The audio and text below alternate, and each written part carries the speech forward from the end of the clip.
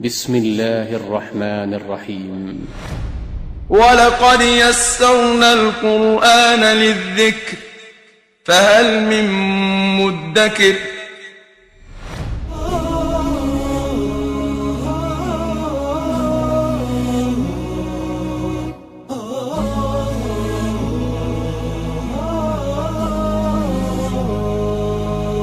قرآن فجر يا أخي مشهود والخير في صفحاته معقود فاحرص على القرآن لا تبخل به فالخير دوما للورى مردود.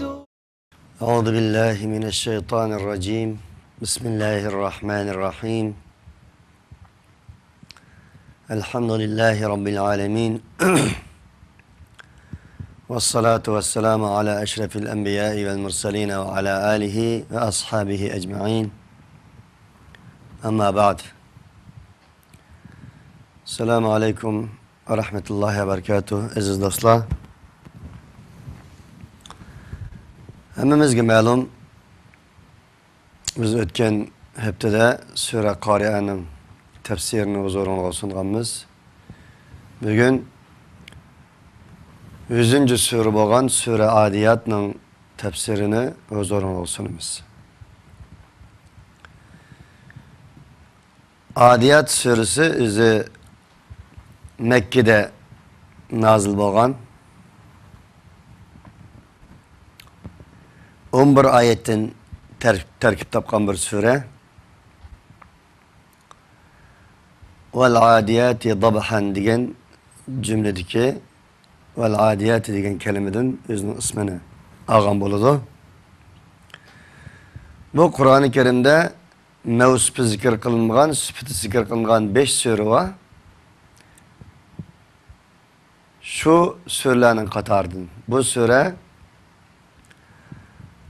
وَالْعَادِيَاتِ ضَبْحًا degan bu sure وَالْمُرْسَلَاتِ عُرْفًا İkinci sure وَالنَّازِعَاتِ غَرْقًا üçüncü sure وَالذَّارِيَاتِ ذَرْوًا dördüncü sure وَالصَّافَّاتِ صَفًّا beşinci sure.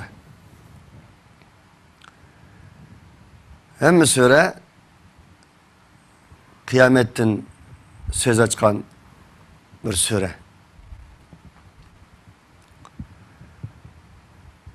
Sure bu surede Allah Subhanahu ve Teala insan bilen insan alakası, şundakla insan bilen Kur'an vahiy alakası,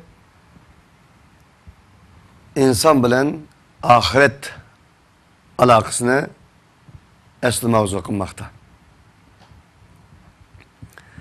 Bu suredeki kafi ve balagat pasahat toşkan kafiyle bilen insanın vicdanını urgutmakta. وَالْعَادِيَاتِ ضَبْحًا فَالْمُورِيَاتِ قَدْحًا فَالْمُغِيرَاتِ صُبْحًا فَأَثَرْنَ بِهِ نَقْعًا فَوَسَطْنَ بِهِ جَمْعًا. Bu muğlak avaz, bu sada, bu kafiye fakat ve fakat ilahi kelam bo'lgan Kur'an-ı Kerim'de mevcuttur. Başka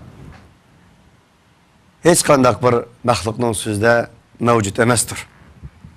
Bu öz kafiyesi bilen insanın vicdan tarılarını, yürek tarılarını çekidigan bir alayillik ege. Kur'an-ı Kerim nazil bo'lgan vaqtning o'zida Arab yerimarlida ulug' payg'ambarimiz Muhammad alayhissalatu vassalamning davridagi shu insonlarga nisbatan qandaq bo'ron chapqinlarning chiqqanligini tasavvur qilaylik.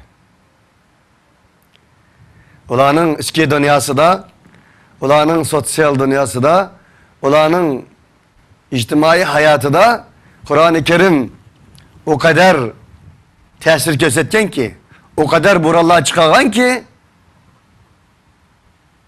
Onun için fakat ve fakat nurgulları Kur'an'ı anlaşılırlar.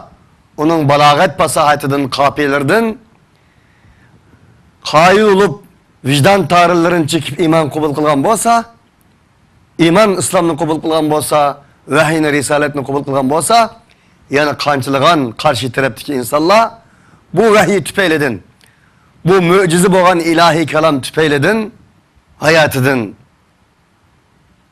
ayrılgan ve şundakla hücum kılgan, şundakla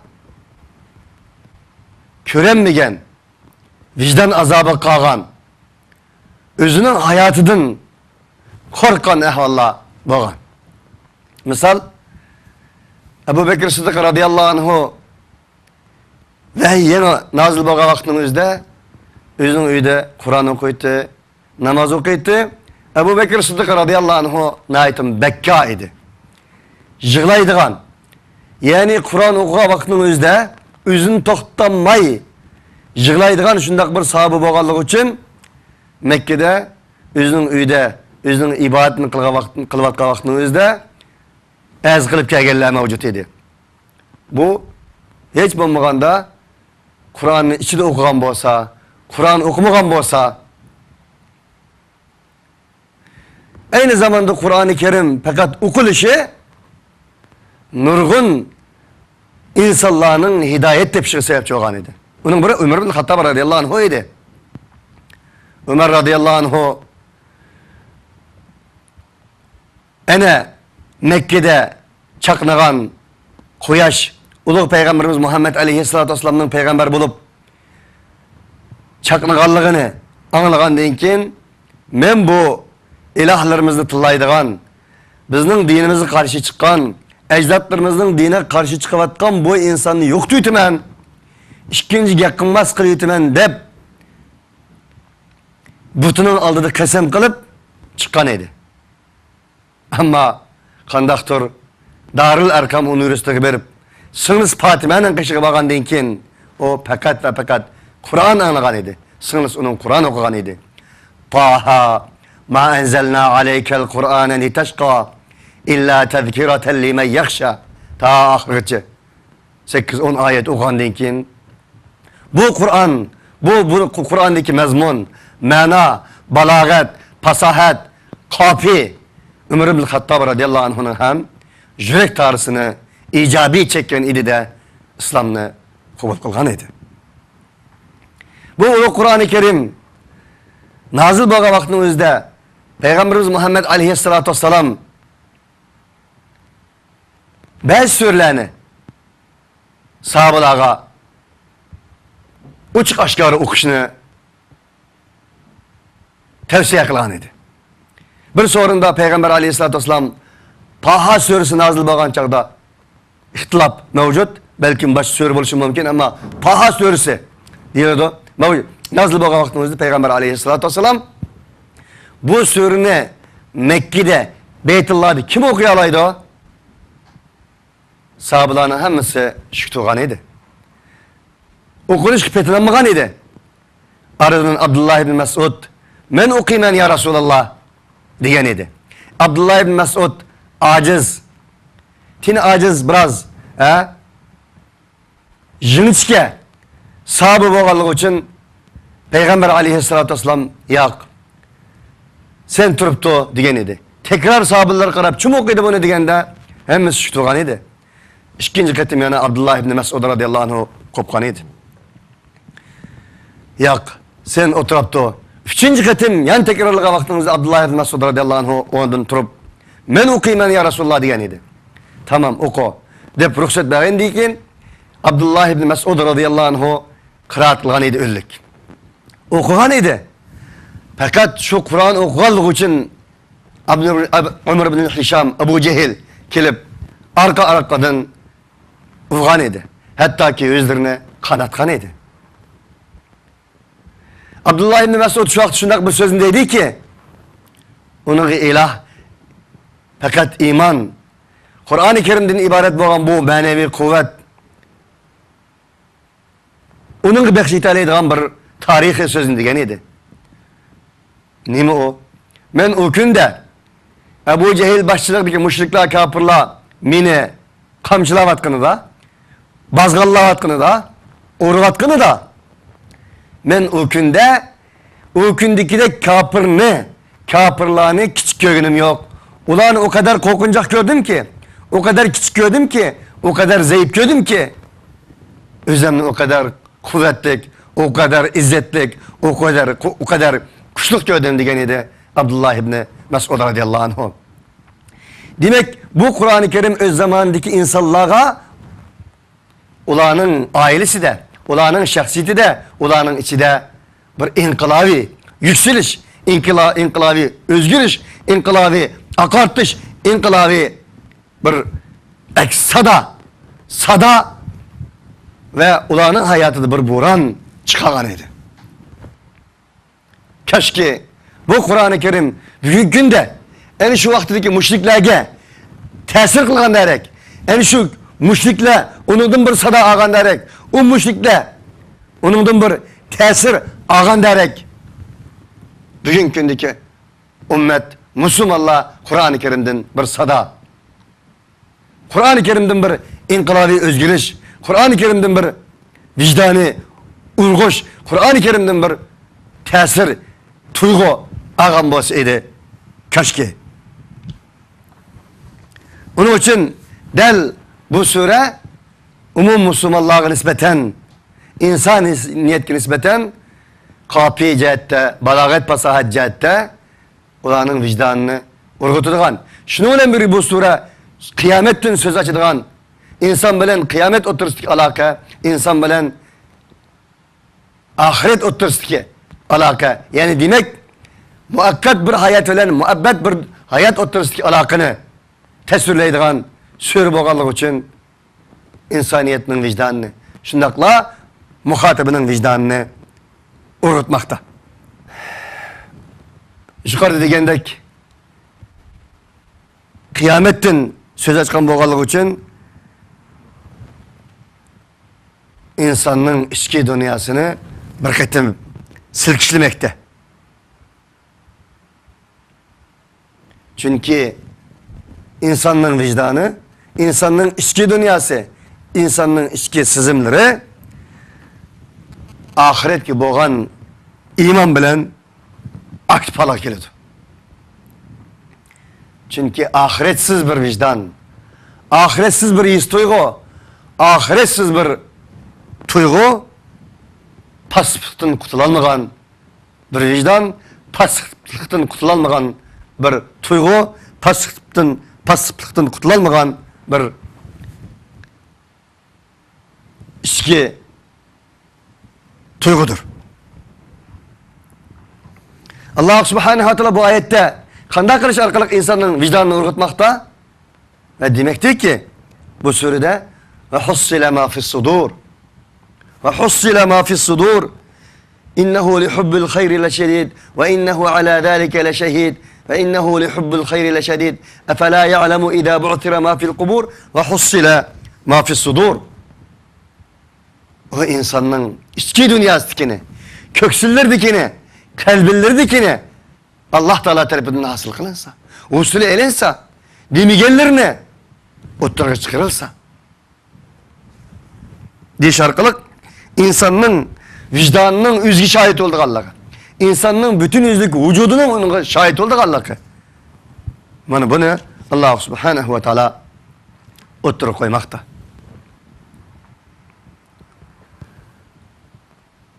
Bismillahirrahmanirrahim.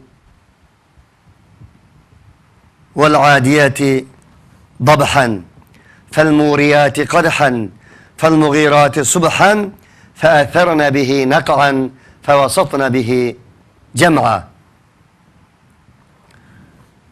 Aziz kardeşlerimiz, bu büyüdeki وَالْعَادِيَاتِ ضَبْحًا ve kasem. Biz bir neslerimizi ispatlaşta, sözlerimizin haklılığını, sözlerimizin doğru ikenligini ispatlaşta Allah ile kasem kılınız. Allah elbette ki sözünün üzüge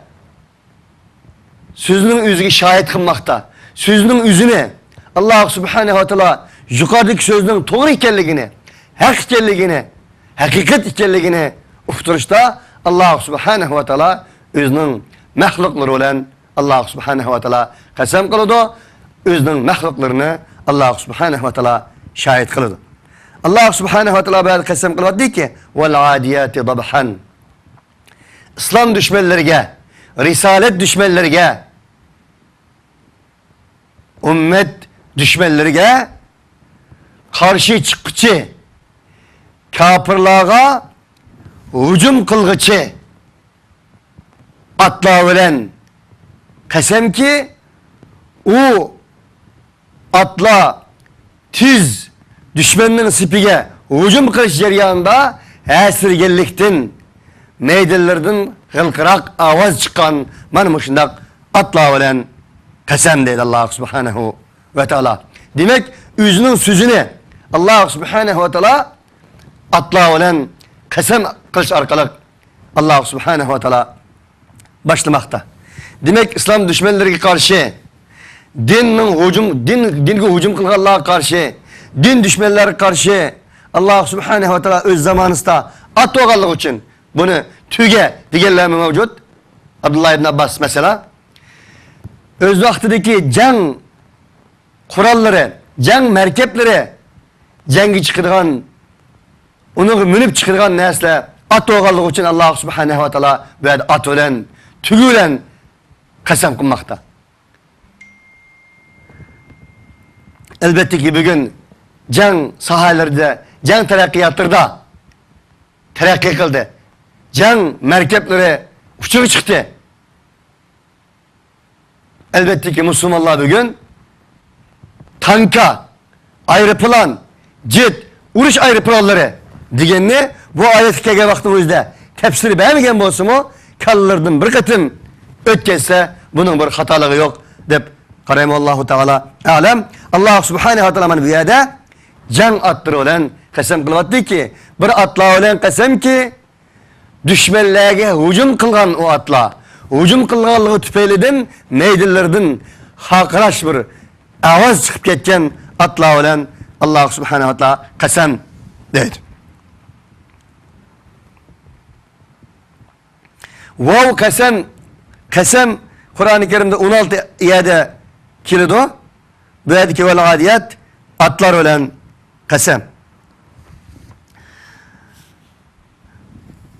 Yukarı digirimizdeki hacılarının tügüsü, hec kılgıcı hacılarının tügüsü olan qasam degen boldu.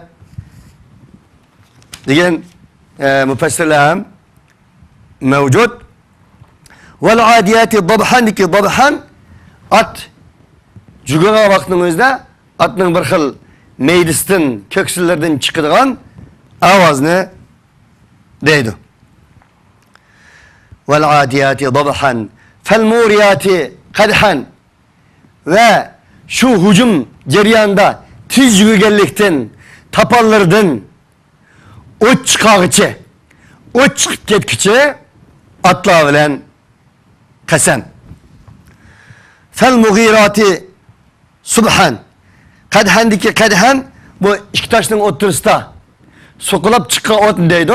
Ve Allah subhanahu wa ta'ala düşmanın sipiga tez hücum kılıp cüğallığı için at olan atның taksı olan yerdeki şehil taşlarının bir-birisiga tegishib çıkıp ketken otni Allah subhanahu wa ta'ala bizning tasavvur ikrarlarımızda koymakta. Şuna bilen qasam deydi Allah subhanahu ve taala. Fel mugirati subhan. Şundaq bir atla bilen qasam ki ola seher vaqtida düşmanning seplerini bölüp hücum kılgan en şundaq atla bilen qasam. Fe'atharna bihi nak'an fevasatna bihi cem'an. Şu arqılık çağını tuzanga birisi-birisiga aralashtirib etken ve şundaqla fevasatna bihi cem'an düşmanlarning seplerini o'ttirsa kirish arqılık düşman topunu büsep kirgen mana shundaq atla bilen qasam deydi Allah subhanahu ve taala.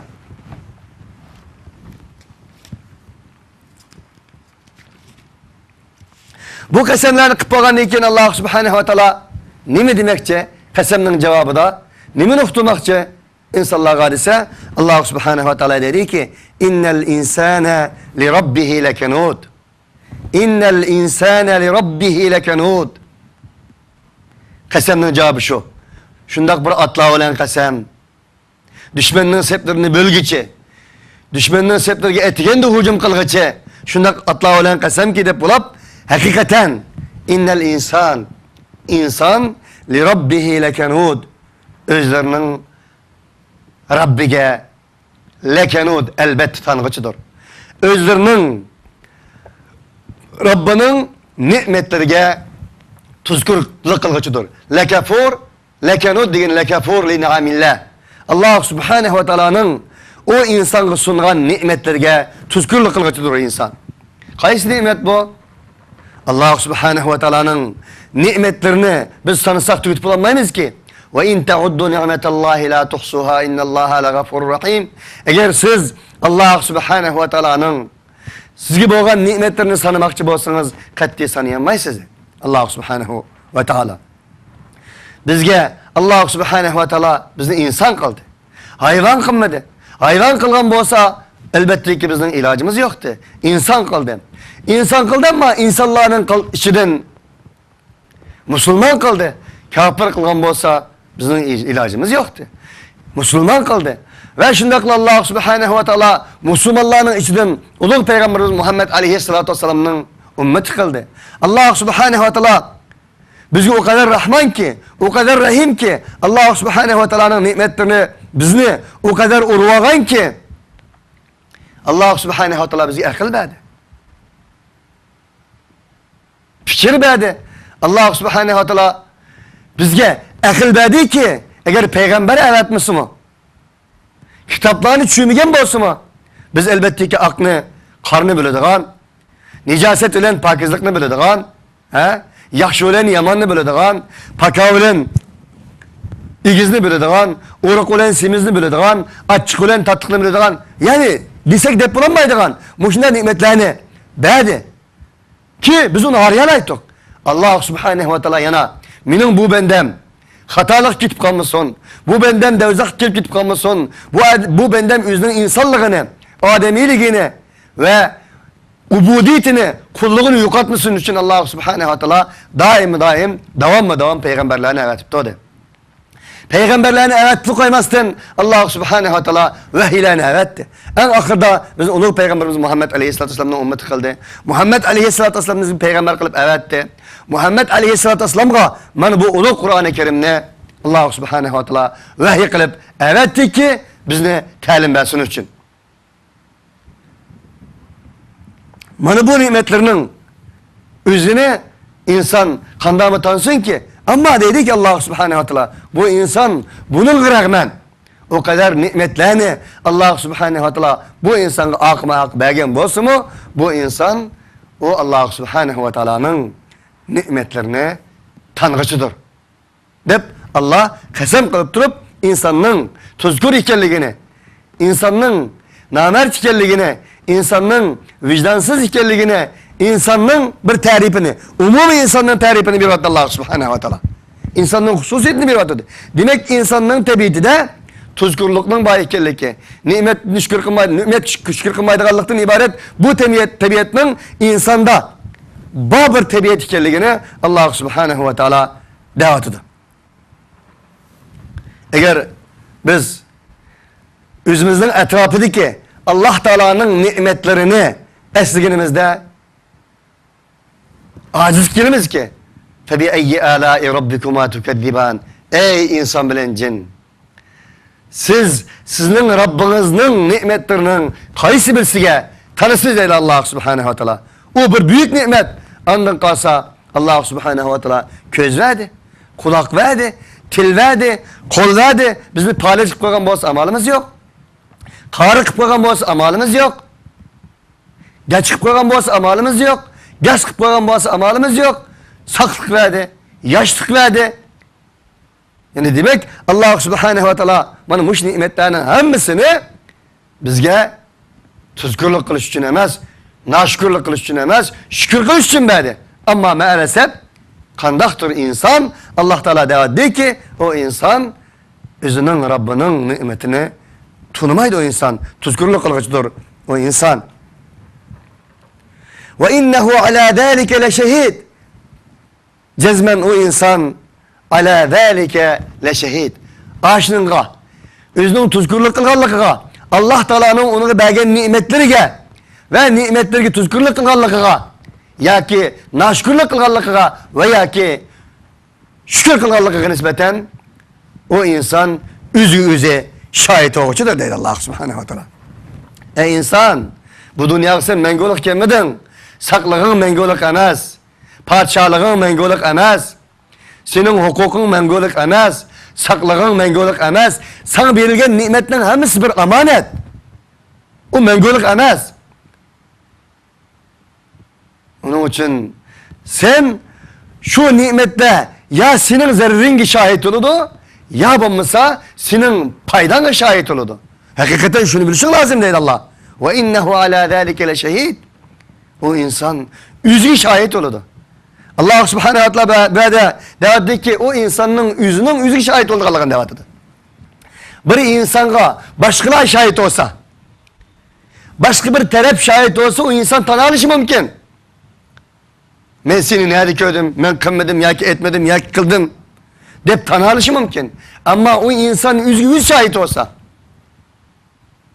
üzgün tanımaydı ki. O insanın kolu şahit olsa, dili şahit olsa, put şahit olsa, Allah subhanehu ve teala'nın dediğinde يَوْمَ تَشْهَدُ عَلَيْهِمْ أَلْسِنَتُهُمْ وَاَيْدِيهِمْ وَاَرْجُلُهُمْ بِمَا كَانُوا يَعْمَلُونَ الْيَوْمَ نَخْتِمُ عَلَى أَفْوَاهِهِمْ وَتُكَلِّمُنَا أَيْدِيهِمْ وَتَشْهَدُ أَرْجُلُهُمْ بِمَا كَانُوا يَكْسِبُونَ. Kıyamet günü şundak bir gün ki deydi Allah subhanehu ve teala, ulanın tilleri, ulanın kolları, ulanın putları nime emel kılgan bolsa, nime kılgan bolsa, ulanın putları, kolları, tilleri ulağa şahit oludu. Ve Allah subhanehu ve teala dedi ki el-yevme nehtimu. Biz kıyamet günü şundak bir gün ki nehtimu ala afvahim. Ulanın ağızlarını tamamlasımız. Ağızlarını peçetleyimiz. Ve tukellimuna eydihim. Bizge ulanın kolları sözdeydi. Ve teşhedü erculuhum. Ulanın putları şahit oludu. Güvalık verdi. Bima kanu yeksibun. Ula kesip kılgan ne söylen? Ulanın putları, ulanın kolları bizi gep kılıç arkalık sözdeydi. Aziz kardeşlerimiz, til bir goş, kol bir goş, kulak bir goş, burun bir goş, köz bir goş, hemisi goş. Allah Teala bir yerde kolunu tutulgan, putunu mağdığan, tilini sözleydiğen, közünü kördüğen, kulakını pıraydıgan, burununu pıraydıgan, kulakını ınaydıgan kaldı. Okşaş goş. Nim için vakt gelgen vaktinin özde kolunun hizmetini kulak kılanmaydı, put kılanmaydı. Demek bu azalarının hemmisinin hizmeti birisi okşamaydı, bu bir mucize. Ama okşaş goş, bizden avazımız, bizden azayımız. Ama Allah subhanehu ve teala bu okşaş goştun sözleş kabiliyetini alımız biz deydi Allah. Onu biz alımız. Piçetleyemiz onu. Tildin sözleş kabiliyetini alımız da o vakta sözleş kabiliyetini onun tutuğu birimiz, koluğu birimiz, barlık azalarına birimiz. Allah subhanehu ve teala dedi ki entakanallahu ve entaka kulle şey. Ulanın kolları, ulanın tilleri kıyamet günü sözler gitti deydi Allah. Söz diyendeki nim oldu bu dağa? Dep ulan soruşudu. Diyendeyken ulan cevap verdi dedi ki biz ne? Seni yaratkan Allah. Bizim yaratkan da Allah bizge natık kuvveti verdi. Allah bizi sözletti deydi Allah subhanehu ve teala.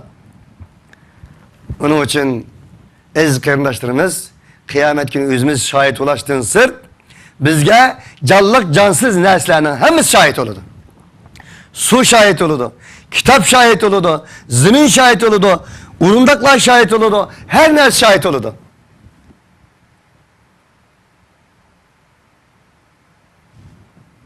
Onun için biz cansız neslerge melo cansız nesle küçük olsun ya müşk olsun ya bulmasa giya olsun cansız neslinin. bu cansız nersi ekan deb o'tib ketmasligimiz lozim. Yeydigan narsamiz shahid bo'ladi. Olgan tartimiz shahid bo'ladi. Uning uchun yegan tamog'imiz shahid bo'lganligi uchun bismillah deb boshlaymiz. Tartimizdan bismillah deb boshlaymiz. Allohning ismi bilan boshlaymiz. Bismillah degan bu so'z ham bizga shahid bo'ladi. Uning uchun Alloh subhanahu va taolo bu ayet orqali o'zining qasmidan keyin insonning o'ziga o'zi shahid bo'lganligi. Ey inson, sen nimadan bas qilsanki? Sen Allah'ın qaysi bir ne'matiga tanisanki, sana su, taş, tağ, her narsa şahit sana, qo'l tutturan şahit. O'zing şahit olsan, jening şahit olsa, kalbing şahit olsa, yuraging şahit olsa, onun qanday tanisanki? Ve innehu li hubbil hayri leşedid. Allah subhanahu wa ta'ala davamlaştırıp dedi ki, cezmen o insan hayırını elbette kattık. Suydu o dedi. Lihubbul hayrdeki hayr mal maniste. Allah subhanahu wa ta'ala intaraka hayranil vasiyyetu degilik. Eğer bir yaxşılıkni koygan bolsa. Ve ki hayran aş sure Bakara'daki hayran diye mal maniste. Ve Allah subhanahu wa ta'ala insana dedi ki insanın tabiatı da mal dünyanı yaxşı görüş, mal dünyanı süyiş bu insanın tabiatiga sınıp ketken değil. Allah Teala nima uchun malni xayr deb atadi aziz qarindoshlarimiz? Mal mutlaq bir shar emas ki. Mal mutlaq xayr emas, mutlaq shar emas. Ammo biz Allah Teala'nın davetini xayr deb atishi, o malga maldek muamele kılarsak bizga xayr o. Eğer malga, yani başka ayetlerinin tesiri olan malga, maldek, dünyadaki muamele kılanmasak şer olurdu. Demek mal bizning melimiz olsa, mal biz sahip olsak o hayırdır. Eğer mal bizga sahip olsa, mal bizga malik olsa o vaqtda o şerdir. Onun için bu dünya bir kimga o'xshaydi? Bu dünya deniz o'xshaydi. Kalbimiz kimga o'xshaydi? Kalbimizden ibaret bo'lgan kimiga, mal dunyodan ibaret bo'lgan suvning denizning suvi kirib ketsa, cho'kimiz, barbod bo'lamiz. Ammo kalbimizden ibaret bo'lgan bu uyimizga, kalbimizden ibaret bo'lgan bu kimimizga dünya denizinin suyu kirib ketmesinden mağarırsak, elbette ki biz qirg'oqqa yaxshi o'tadigan bo'lamiz.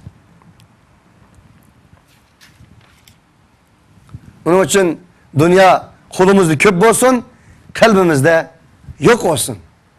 Dünyani biz qo'limizga yig'ishimiz lazım, yuragimizga yig'masligimiz lazım. Eğer yuragimizga yig'ganimizda qalbimizdan ibaret bo'lgan kemiga suv kirib ketadi, bizmi cho'kimiz, har narsamiz cho'kadi. G'arq bo'lamiz, halok bo'lamiz. Ama kalbi kimillerimizge dünya denizlerinin sularını kirgizmezden dünyanın kolumuzga tutup dünyadan ibaret bo'lgan bu denizde üzümüz şopırla kılgınımızda kalbimizge elbette ki kimimizni teşmeginimizde biz sağ salamet, baxt saadet qirg'oqiga, baxt saadet arısıga, baxt saadet yerge sağ salamet o'talaymiz. Onun için aziz qarindoshlarimiz Allah Teala Kur'an-ı Kerim'de ma ja'alallahu li rajulin min qalbayni fi jawfihi. Allah Teala bir insanın kalbide ikki narsani yaratmaydi. Yani bir insanın kalbide bir vakitte ikki sevgi olmaydı. Ya dünya sevgisi olurdu, ya Allah'ın sevgisi olurdu. Tabii ki dünyaya o'xshash suymiz. Dünyanın miktarı ile suymiz. Ama Allah'ın miktarı ile suymiz. Eğer bizim kalbimiz Allah sevgisinden, peygamber sevgisinden, vahiy sevgisinden, ümmet sevgisinden, din sevgisinden ayrılıp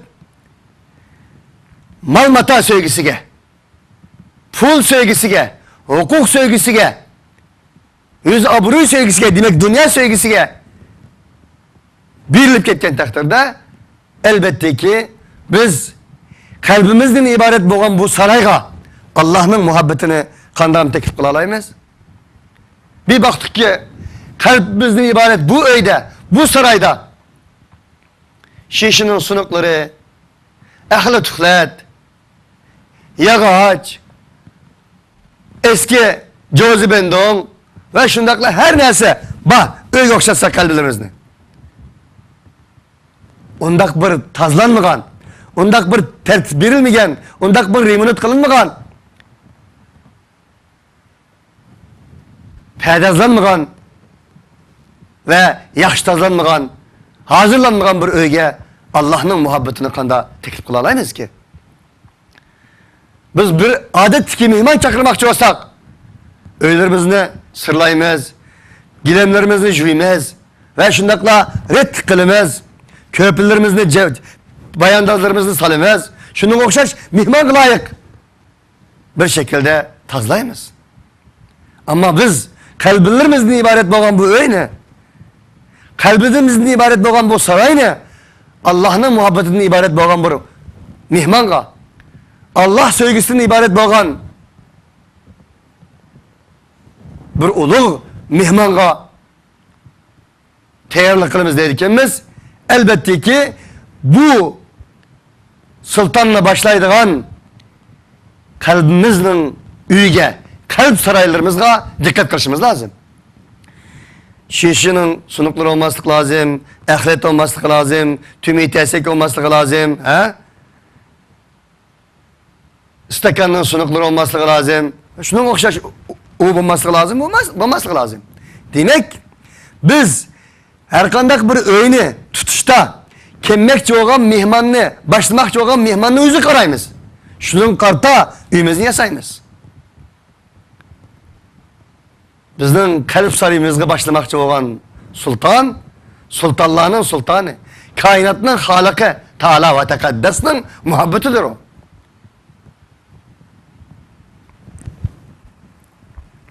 Onun için biz şunun layık yasap, şunun layık pakizlap, kene, kalp sarayımga, hem de merhamet deyişimiz lazım. Ve innehu li hubbil hayri leşedid. Cezmen o insan malını kattık yaxşı gördü. Malı kattık herismen buludu. Allah subhanehu ve teala ve tuhibbunel mala hubben cemma kella izâ dukketil erdu dekken dekka. Sile malını umumen nihayetini beksiyizle. Yaxşı görürsüle. Ey insanlar. Onda kamaz. Kella. Onda karşılığına layık emez. İzâ dukketil erdu dekken dekka. Yer şare umdudum kılınsa, yer şar hazır kaldın özgerse, sürkareye digindek yer şare çam tozan kaylansa, tütütilgen jun kaylansa, muşunda külle aldandı bayken ondakta bunu yolu boyunca suyuşun lazım. Kella diyen şu. Kella onda kalmaz. O kadar ayrısı olmakla. Dedi Allah subhanehu ve teala. Ne diyene bu? Onun için şu günde sizin huzurunuzda o mallarınız menpet birer edilen bir haleti toplam o malını. Yer şare en aşında ondudun boğa vaktinin özde bir kardınız ki 100 yıl toplagan beliniz 10 minut yetmeydi. 5 minut kımı yetmeydi. 1 minut kımı yetmeydi. Şimdi bulattık o. Köre attık hazır ümmet. Bulup bizim Uygur Müslümanları. Onun için malını tapımız, suyumuz, tirşimiz, cuglayımız, alkınımızga. Ama kalbimiz gemez. Allah yolda, vahiy yolda, İslam yolda, ümmet yolda işiltilgen mal bizden belimizdir. Eğer işiltenmegen mal o muş ayeti degendek bizden beşimizge balayet keldiğen şundakla bizden zerrimizge şahit olduğun maldır. Şuna 30 yıl, 40 yıl, 50 yıl mal cuglayımız. Allah yolda veremeyimiz. Bakıllık kılımız. Allah yolda hecdiyemeyimiz. Neymiş ka? Kalbimiz uğurlaştık Allah için. Alkınımız uğurlaştık olsa idik. İşiltettik onu. Biret yolu da. En öndeyken 30-40 yıl cuglayan o mal 5 minut yarımıdı. 10 minut yarımıdı. Bir püdek yarımıdı. Allah subhanahu wa ta'ala şuna mal nimet oğallık için dedi ki وَاِذْ تَعَدَّنَ رَبُّكُمْ لَاِنْ شَكَرْتُمْ لَاَزِيدَنَّكُمْ وَلَاِنْ كَفَرْتُمْ اِنَّ عَذَابِي لَشَد۪يدٍ. Senin Rabbin şunda ilan kıl dedi Allah subhanahu wa ta'ala. Eğer sizler benim nimetlerimi şükür kılsanlar لَاَزِيدَنَّكُمْ elbette ben sizler ziyade kılımı. وَلَاِنْ كَفَرْتُمْ eğer tuzkurluk kılsanlar, nankörlük kılsanlar benim azabım katlıktır dedi Allah subhanahu ve teala. اَفَلَا يَعْلَمُ اِذَا بُعْثِرَ مَا فِي الْقُبُورِ. Allah subhanahu ve teala bir yerde mal ne, can ne, kıyamet ne, o insana nispeten yüzünün şahit olduğu Allah'tan ibaret bu hakikatini oturup koygandan keyin yana bizge Rabb Teala ve Tekaddes ilahiga mensup bo'lgan Allohga mensup bo'lgan bir güzel ibara bilan, mantiq bilan, İslami bir felsefe olan, ilahi bir felsefe olan bizge ibaret sürüp deydi ki اَفَلَا يَعْلَمُ اِذَا بُعْثِرَ مَا فِي الْقُبُورِ. Ya bilmem de o insan. اِذَا بُعْثِرَ مَا فِي الْقُبُورِ. Kabirlerdeki neslen çıkarılsa bunu bilmem de. Demek insanlar ölüp gidiyordu. Ölümün çağrı yok aziz kardeşlerimiz. Yaş ülevatıdı, kere ülevatıdı, padişah ülevatıdı, kumandallar ülevatıdı. Mığılgan askerler onu kurallık başkurduğun padişahlar ülevatıdı. Ölümden kutlanmadı. Allah Teala dedik ölüsüz, ölgendeki kışımı kelsiz deydi. Aldığınız şunda bir gün buludu ki kabirlerdeki nesiller çıkırıldı deydi. İzâ zulziletil erdu zilzâleha ve ahrecetil erdu ethkâleha ve kâlel insânu mâ leha. Yer titriltilgen çağda. Yer oldu tüm boğan çağda. O yer üzdeki barlık eğirliklerini çıkağa vaktimizde. Altın, kümüş ve hakeza hem bir nesini çıkağa vaktimizde. Ve kâlel insânu mâ leha. İnsan ulağı diye vaktimizde. Ne oldu bu zamanğa? Üzünün eğirliklerinin hemesini, kanlarının hemesini, kusukudukinin hemesini çıkar ya. Diye vaktimizde. يَوْمَئِذٍ تُحَدِّثُ أَخْبَارَهَا بِأَنَّ رَبَّكَ اَوْحَالَهَا. Bu gün şundak bir gün ki zının sözlep ulağı özlerinin haberlerinden haber verdi. Ne mi de haber verdi? بِأَنَّ رَبَّكَ اَوْحَالَهَا. Ey insan! Sana vakit beğendi beni, vakit musakhar kıldı beni. Seni sözletken Allah beni sözletti. Bana bu haber. Bana benim Rabbim, senin Rabbin vahiy kıldı. Deyip sözleydi kıyamet günü. اَفَلَا يَعْلَمُ. Bunu unutup kalmasın bu insan. Bunu bilmem de bu insan. Haberlerdeki nesle çıkartılma vaktini. Bu nesliş lazım. وَحُسِّلَ مَا فِي الصُّدُورِ. Ve o insan şunu bilmem de o. Köksüllerdeki nesillerini hasıl kılınsa, çıkırılsa ve hussile ma fis sudur. Demek kalbinlerimizde saklanan nesini Allah subhanahu wa ta'ala çıkarırken. Aziz kardeşlerimiz, biz emmimiz gibi malum, kalbinlerimizin yüzümüz bilimiz, köksüllerimizdekini yüzümüz bilimiz. Keşkemiş dünyada bir mikroskop eynek olsa, şimdi bir eynek olsa ki kalbinlerimizdekini çıkaralaydıgan bir eynek olsa. Kalbinlerimizdekini çıkaralaydıgan eynek olsa nurgun demeydigan neslerini deydik. Deydigan neslerini demegen bulattık. Neymiş ka? Biz nurgun kalbinlerimizdeki nesini dememiz ki eyfimiz aşkar olsun bulmasın için. Üzerinin noksanları aşkar olmasın için. Ama nurgun neslerini deyimiz ki bizni noş göstersin için. Yapamız bizi saklap kalsın için. Eyiplerimizi yuşursun için. Allah derdi ki ey insan senin beşirin şunda bir küntili de ve hussile ma fis sudur. Senin kalbinin tumurlarının neye sukavat kalığını okuduğun, çıkırıldığın, perdeler aşkar oluduğun, senin kalbinlerinin 40. 50. kaznaklarının içinde İçki öğelerinin içinde nim bağlığını bilip şunu çıkıldığın gün keledi. Bunu bilmem de o insan. Şuna ehl-i seleften bir gibi var. Eğer insana nispeten onun sıra, onun kılgan günahı, nicasetke okşaş bir buraydığa şok kalsaydı, kişiler tutmaydın çünkü. Sır o. Her birimizin yeniden ikinci bir insan ötmegen boladı dedi.